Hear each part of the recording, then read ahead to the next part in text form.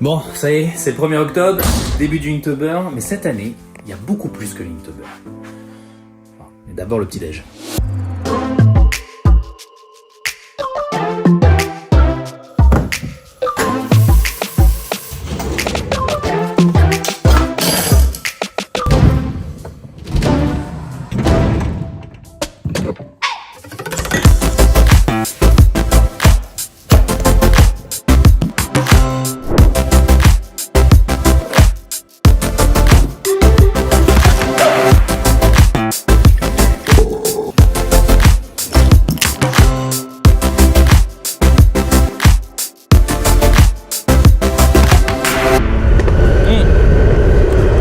Cette chaîne, je me suis pas encore exprimé sur les intelligences artificielles. Et en fait, il y a un an, il y a eu un buzz, il y a eu un bad buzz dans la communauté artistique à cause des progrès incroyables des IA génératives d'images et de vidéos. Et quand tu regardes ces images, tu te dis, en fait, ça y est, on y est, quoi. On n'a plus besoin de nous, les artistes, les êtres humains. Game over. Donc j'ai rien dit parce que j'avoue que le sujet me dépasse un peu. C'est quand même assez énorme ce qui se passe, même d'un point de vue philosophique. On est en train d'enlever, dans le domaine artistique, l'humain de l'équation. C'est presque un contresens logique en fait. C'est comme si on retirait le sel du beurre salé. Ça ferait quoi un Inktober? Ça n'a pas de sens. Donc ce truc-là qui nous tombe dessus, on l'avait pas vu venir. Alors oui, bien sûr, dans les BD et les films de science-fiction, on a toujours pensé que l'intelligence artificielle allait prendre le contrôle des humains, nous asservir et nous tuer. Mais jamais on n'aurait imaginé que l'IA irait jusqu'à vouloir dessiner. Salut! Salut, ça va? Ça va et toi? Ouais, super. J'avais besoin de tes lumières parce que je sais que tu t'es un peu plus intéressé au sujet que moi pour faire un petit bilan de ce qui s'était passé cette dernière année au niveau de l'IA. Déjà, ce qu'il faut savoir, c'est que l'IA, ça a déjà commencé depuis super longtemps, en vérité. Mais c'est qu'à partir vraiment de 2022, on a eu des modèles d'IA génératives, comme DALL-E 2, Midjourney ou encore Stable Diffusion, qui étaient annoncés plus ou moins en même temps et surtout qui étaient de plus en plus accessibles au grand public. Et c'est vraiment à partir de là où on a eu une frénésie, une sorte de FOMO en fait de cette technologie, notamment par les entreprises. En septembre, quand une image générée par IA avait gagné un concours d'art aux États-Unis, ça a clairement séparé les internets en deux.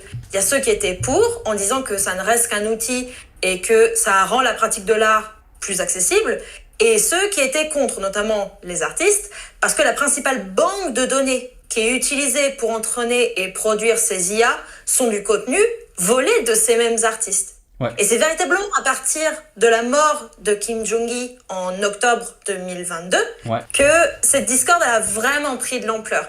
Parce que quelqu'un a pris les œuvres de l'illustrateur, même pas 2 jours après sa mort, pour en faire un modèle, ce qui du coup pouvait potentiellement être monnayable sans que l'artiste ne puisse dire quoi que ce soit. Moi je me rappelle qu'il y a eu un gros mouvement sur Instagram de gens qui partaient parce que en fait ils avaient annoncé que Meta allait naturellement, légalement piquer tout ce qu'il y avait sur les comptes des artistes pour nourrir leurs IA.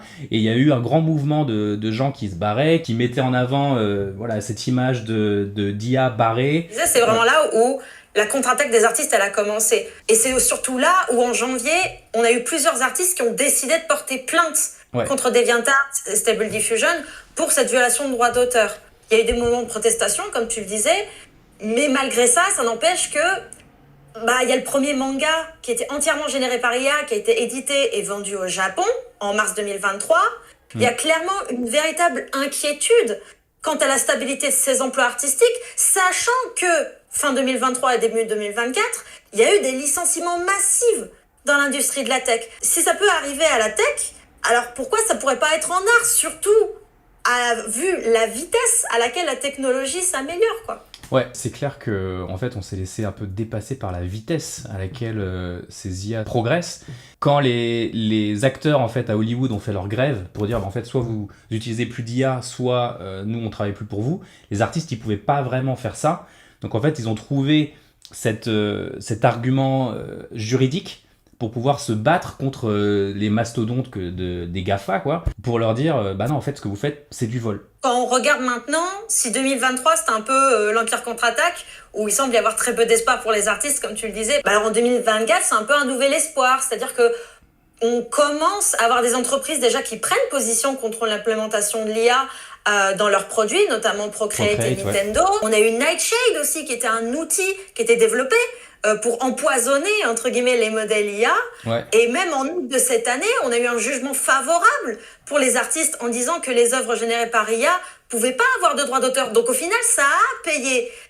C'est vraiment le moment où le grand public s'est rendu compte de la dangerosité de l'IA, mais surtout le moment où il y a une plus grande appréciation du savoir-faire et de l'artisanat derrière les œuvres. Alors clairement, c'est pas gagné, c'est pas le retour du Jedi, si on doit continuer la comparaison avec Star Wars. La guerre, elle est pas finie, mais c'est clairement une bataille de gagner, oui. Alors quand j'étais au Gobelin, je crois que c'était genre en 2010, un truc comme ça, 2011, j'ai eu la chance de voir pour la première fois en chair et en os mon idole. Alors deuxième idole après Michael, mais c'était mon idole quand même, c'était Glen Keane. Là, ça c'est Glen Keane et moi je suis quelque part par là. Et j'ai pu le voir parce qu'il est venu à Paris à l'occasion du vernissage d'une exposition qui lui était consacrée dans une petite galerie qui se trouvait sur l'île Saint-Louis. Il y en a certains d'entre vous qui doivent connaître, la galerie Art Ludique. Et depuis, cette galerie a fait du chemin. Elle a fait plus de 220 expositions avec Disney, Pixar, Marvel, Hardman, Ghibli, DreamWorks, you name it. C'est même devenu un musée sur les docks Quai d'Austerlitz. C'était le premier musée au monde qui était consacré à ces arts, là, les arts ludiques. Parce qu'en fait, l'art ludique, c'est avant tout deux personnes. C'est Diane et Jean-Jacques Launier qui ont fondé cette galerie, qui sont des amis très chers, que vous avez peut-être vu dans la première vidéo des 12 règles d'or, quand on s'était retrouvés à la Lightbox Expo à Los Angeles.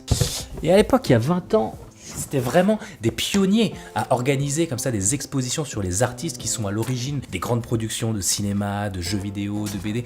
Des artistes qui n'étaient pas toujours très connus, mais surtout qui n'étaient pas assez reconnus. C'est pour ça qu'ils ont lancé un mouvement. Les arts ludiques. Pour promouvoir ces artistes, pour promouvoir les humains derrière les œuvres, mais aussi pour les replacer à leur juste valeur dans la grande histoire de l'art pictural. C'est-à-dire dans le prolongement des artistes de la préhistoire, de l'Antiquité, et de... Voilà, attendez. Parce qu'en fait, ils m'ont demandé de faire un petit film pour expliquer tout ça, justement. Donc j'ai fait cette petite anime. Et on revient comme ça, loin, loin en arrière. Depuis l'aube de l'humanité, les saints. Je disais donc. Depuis l'aube de l'humanité, les femmes et les hommes réalisent des dessins, des sculptures, des peintures, pour communiquer avec leurs semblables. Cette communication constitue la base de toutes les cultures. Ces artistes racontent leurs combats, leurs révoltes, leurs peurs, leurs espoirs et leurs croyances, mais aussi témoignent de leur vie quotidienne. Ils dessinent pour raconter leurs histoires et les transmettre aux générations suivantes. Les artistes contemporains qui racontent des histoires sont aujourd'hui dans l'animation, le jeu... Bon, voilà, j'en ai profité pour les animer aussi. Mais pourquoi cette vidéo ? En fait, c'est pour présenter leur nouveau projet. Un artbook exceptionnel parce qu'il va regrouper plus de 80 artistes pour faire passer un message fort dans cette période d'incertitude aux nouvelles générations.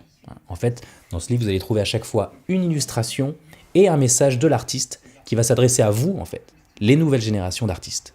Alors parmi ces artistes, il y a tout simplement Glen Keane, Claire Keane, Arthur de Pince, John Ho, Keia Sidera, Zepp.